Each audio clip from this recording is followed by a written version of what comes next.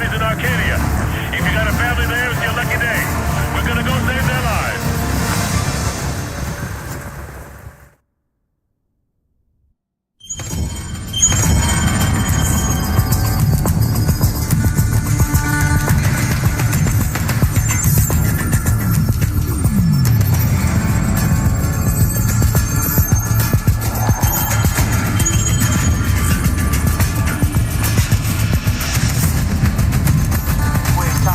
We're sorry. All lines are busy at the moment.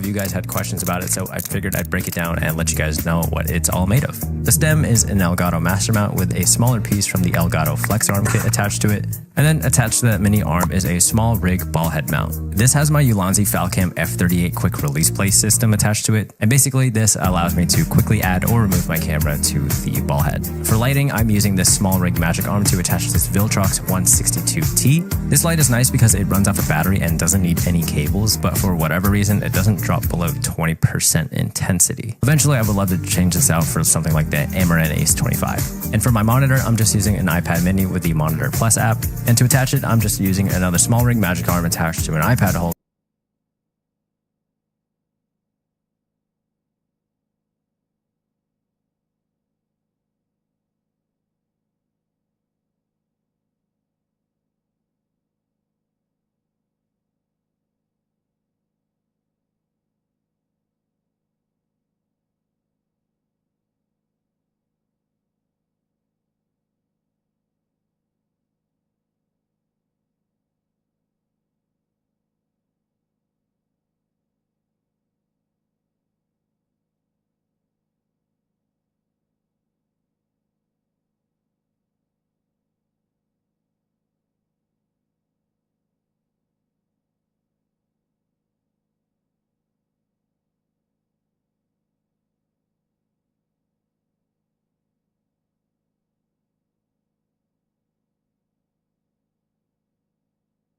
For nearly 6 decades, the UAE sat inside OPEC's tent, played by the rules, and bit its tongue.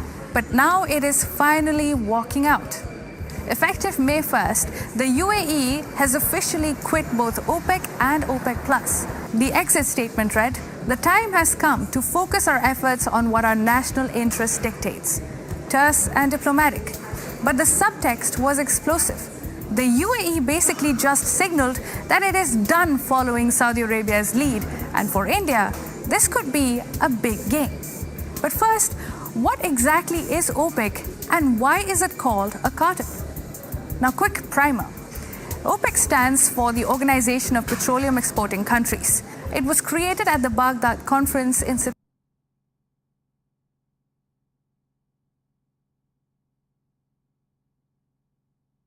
1960 by 5 founding states: Iran, Iraq, Kuwait, Saudi Arabia, and Venezuela.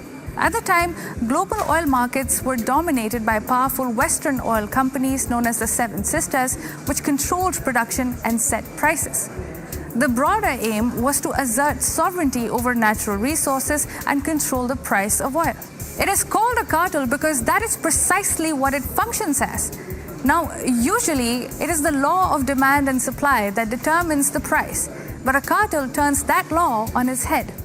A group of producers come together and coordinate to control supply and therefore the price, rather than competing.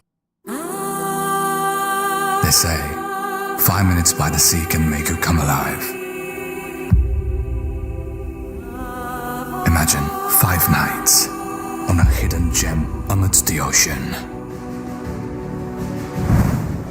A city on the sea where entertainment knows no bounds. Freely. OPEC members agree on how much oil each country can produce. These are called production quotas. When they want prices to rise, they cut production collectively. When they want to flood the market, they open the taps together. No single competitive market works this way. Together, OPEC controls about 30% of global oil supply. That is enough to move prices across the entire planet. Then came OPEC+. In 2016, OPEC expanded its coordination to include non-member producers, forming the OPEC+ framework. These are the countries that joined: Azerbaijan, Kazakhstan, Bahrain, Brunei, Malaysia, Mexico, Oman, Sudan, South Sudan, and most importantly, Russia. This brought the combined output to about 41% of global supply. The plus essentially means that Russia, the world's other oil superpower, was now sitting at the same table as Saudi Arabia, coordinating cuts and output levels. OPEC decided policy for its 12 members. OPEC Plus was the broader club where non-members informally agreed to follow the same discipline. Think of OPEC as the inner circle and OPEC Plus as the wider coalition. But the key difference was this. OPEC members are legally bound by the organization's charter and quotas. OPEC Plus partners are bound only by political agreements. They can and often do cheat. Iraq and Russia routinely exceeded their quotas, which is one reason the UAE grew increasingly frustrated with the arrangement. Now, how much oil does the UAE actually produce? This is where the UAE's exit becomes seismic.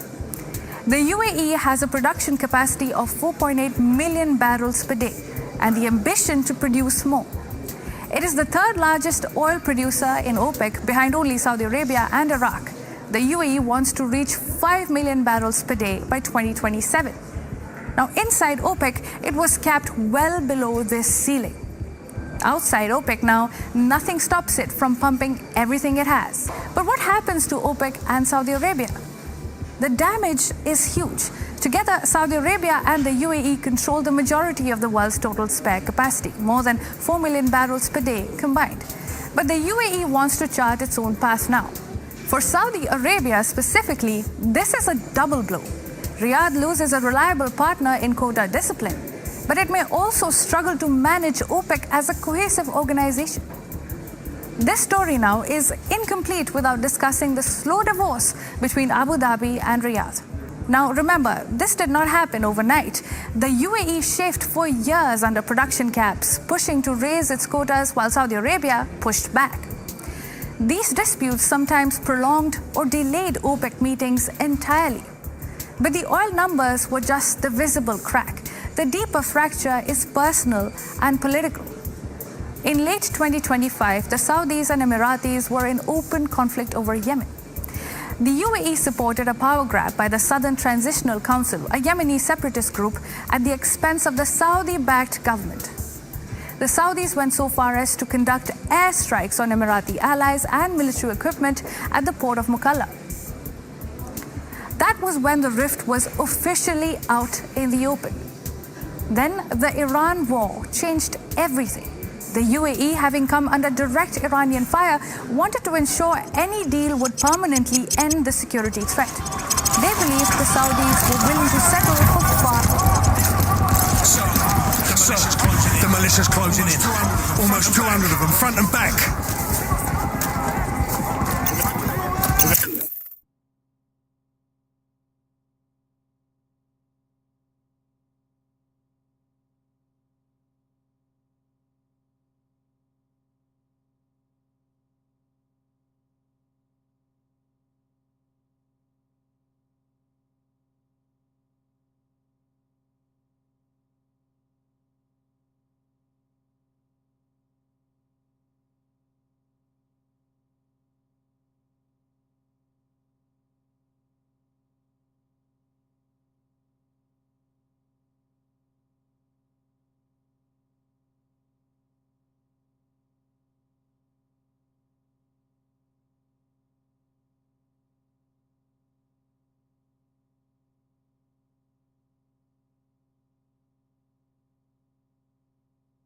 We have to fight our way to the LZ. Let's go. What about Rojas? Streets will take care of me. Works for me. Nikolai! We're at the top of the favela, surrounded by militia. Bring the chopper to the market. Do you copy? Okay, my friend, I am on the way. Everyone get ready. Lock and load. Let's do this.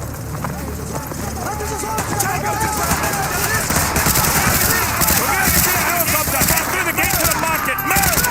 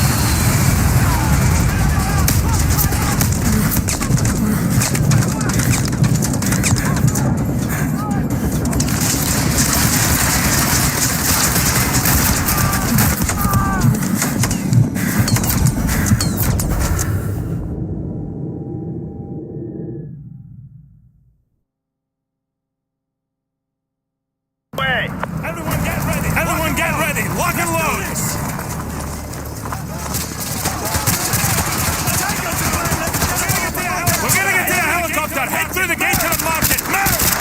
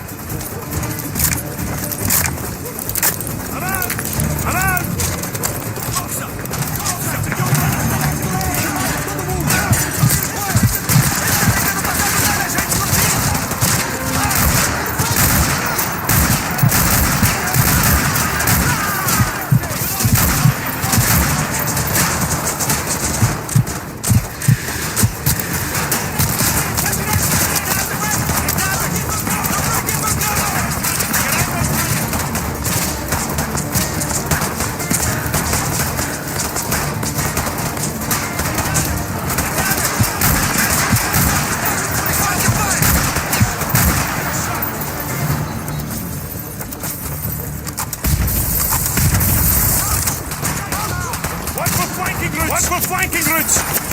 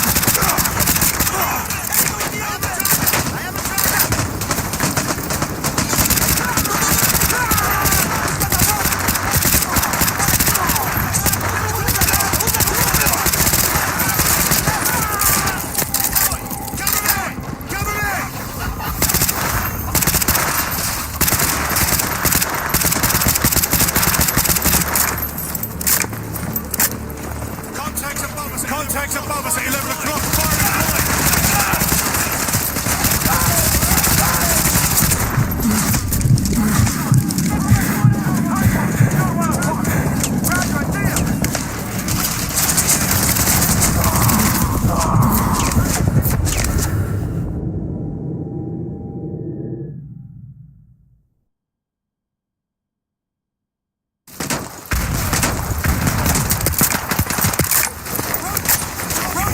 Target, I need to hold him with the red and white stripes. Changing back.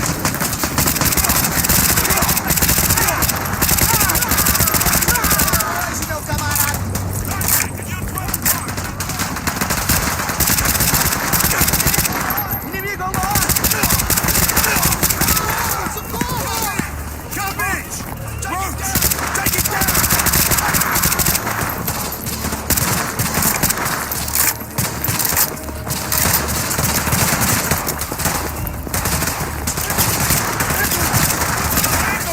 Tango coming over shaft!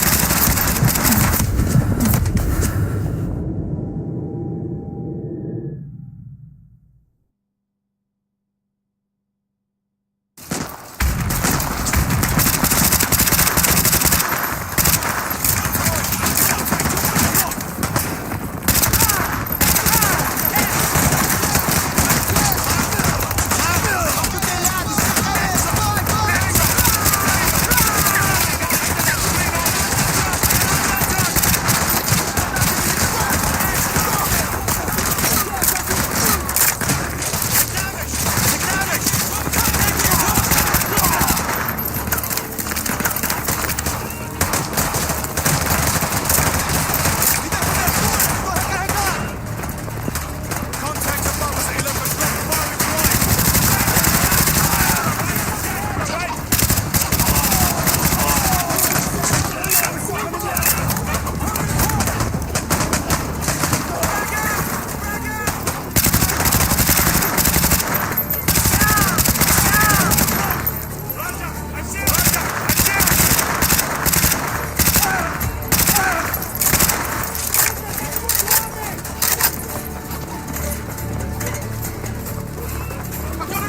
I got it running! That's hot!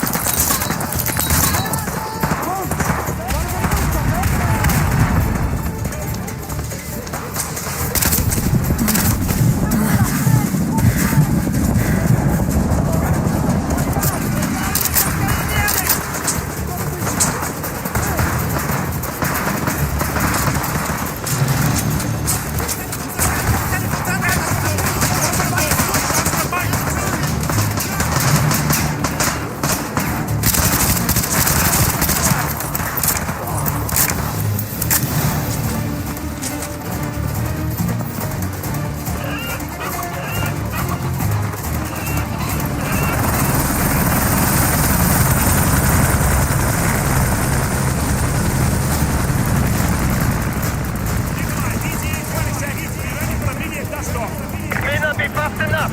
I see more militia closing in on the market. Hit up the pace! Let's get on the pace! Let's go! Too hot! We will not survive this landing!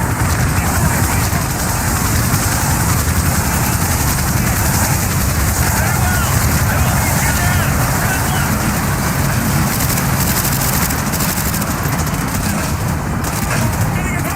Getting it to the rooftops! This way!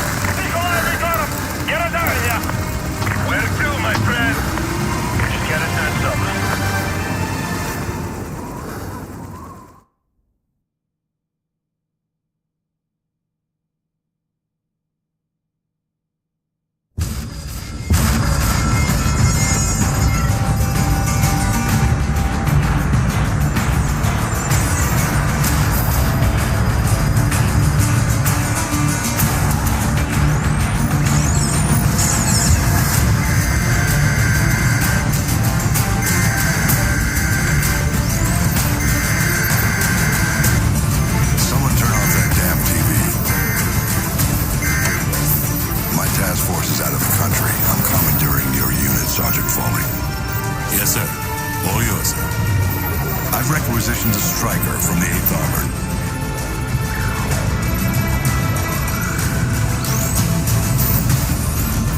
Honey Badger's a mean bitch, sir.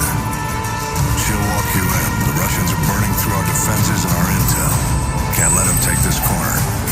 Just point it out on the map, sir. They won't take it.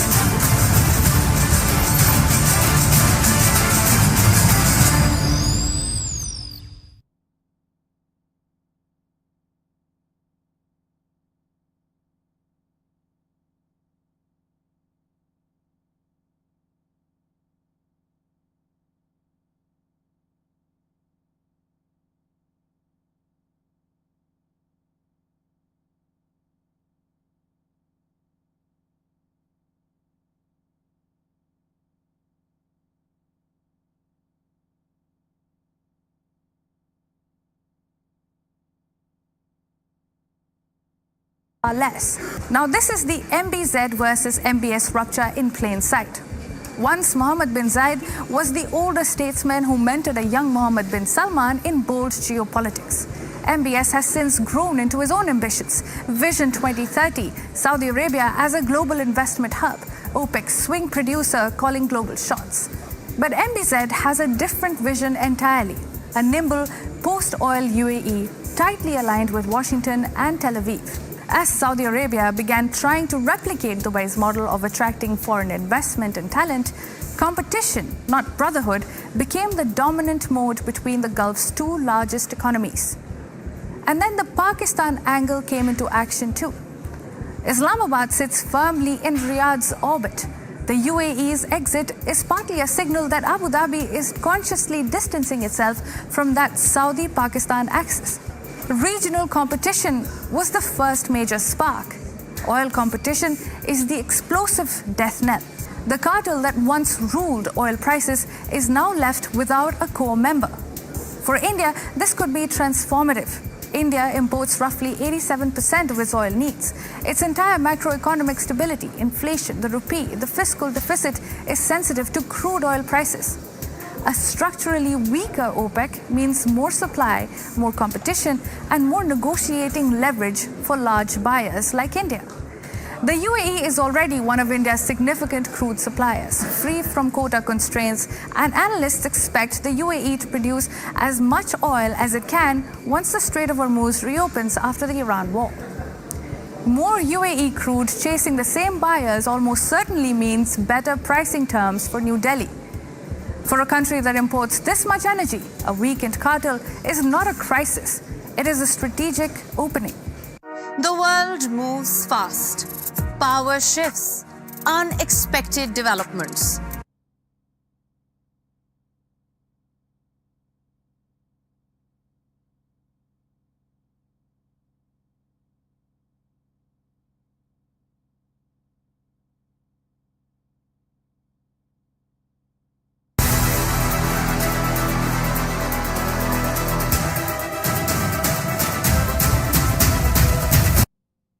For the past 2 days, the Great Nicobar project has been in discussion. A major reason for this is the leader of opposition in the Lok Sabha, Rahul Gandhi, who says that development work will harm the environment of Nicobar Island and increase the problems of tribal communities. However, former Indian Air Force Chief R.K. Bhadauria has completely rejected this claim. He explained how the project is a game changer for India from a strategic, military and economic perspective.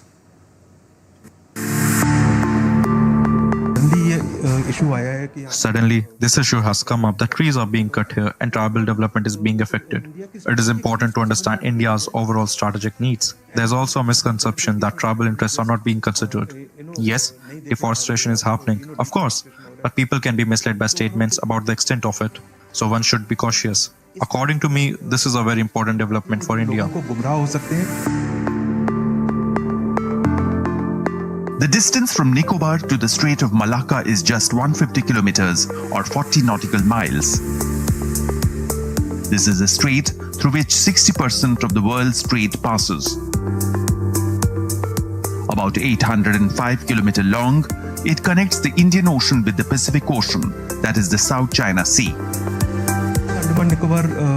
The Andaman and Nicobar Islands, our Tri-Service Command has been saying for a long time that we should establish a stronger footprint here. Our ability for surveillance need to increase, including radars and networks. We have seen how important these things are. For example, during Operation Sindoor, our reach should expand, and from here, our Indo-Pacific reach will grow significantly. It is not enough just to participate in the Quad. Our ability to reach, dominate, and be militarily effective is important. So, this is strategically important. Given Nicobar's geographical and strategic importance, there has been a demand for its development for the past 2 decades. Taking an important decision, the central government under Prime Minister Narendra Modi has decided to develop it in a phased manner. In the first phase, 72.12 square kilometer area is being developed. The government has taken a very strong step from a strategic, economic development and infrastructure point of view. I'm actually quite surprised because even the previous government, I still remember Mr. Antony himself said that development should take place here, especially from a defense perspective. Whenever we raised this issue, there was always that kind of support from the Congress government that yes, development should happen here. It may not have been implemented in practice, that's a different matter. But if it is now being implemented, then everyone should support it. Our national interest should always be paramount. In Nicobar, an international container transshipment terminal will be built. The sea depth here is naturally more than 20 meters, allowing large cargo ships to dock. This will reduce India's dependence on Sri Lanka, Singapore and Myanmar and help save revenue. A greenfield international airport is proposed with an initial capacity of about 1 million passengers per year, which will later increase to 10 million annually. A township will be developed over 16.610 hectares with well-planned residential, commercial and institutional areas. Additionally, a 450 megavolt ampere capacity power plant will be constructed. The total area of Nicobar is 751.07 square kilometer. Out of this, infrastructure development will take place over 166.10 square kilometer, including 35.35 square kilometer of revenue land and 130.75 square kilometer of forest land. The project will involve diversion of 1.82% of forest cover. In compensation, afforestation is planned over 97.30 square kilometer. No displacement of the Shompen or Nicobarese tribal communities is proposed under the project. In this way, the entire project seeks to establish a balance between environmental conservation and development. It will enhance India's strategic and economic importance and create an inclusive future of development in the Great Nicobar. Bureau Report, DD India. Hello दोस्तों, हम तिरपुर के T shirt company हैं। हम हमारे T shirts खुद सिलवा के online website में बेचते हैं। हमारे खुद के ऑनलाइन वेबसाइट है www.pitshirts.in, जिसका लिंक आप ये वीडियो के नीचे देख सकते हैं। हम प्योर कॉटन टी शर्ट्स बनाते हैं। हमारे पास polo T shirts with pocket हैं, पॉकेट वाला टी शर्ट है, फुल स्लीव वाला पॉकेट टी शर्ट है, round neck basic T shirt है, पैजामा पैंट है, शॉर्ट्स है, 3/4 शॉर्ट्स है, शर्ट्स है, वाइट शर्ट्स है, हर सब कुछ प्योर कॉटन का मटेरियल भी है और polyester high quality material active wear भी है। ये सब हम खुद सिलवा के ऑनलाइन में बेचते हैं। फुल ऑल ओवर इंडिया हम फ्री डिलीवरी में बेचते हैं।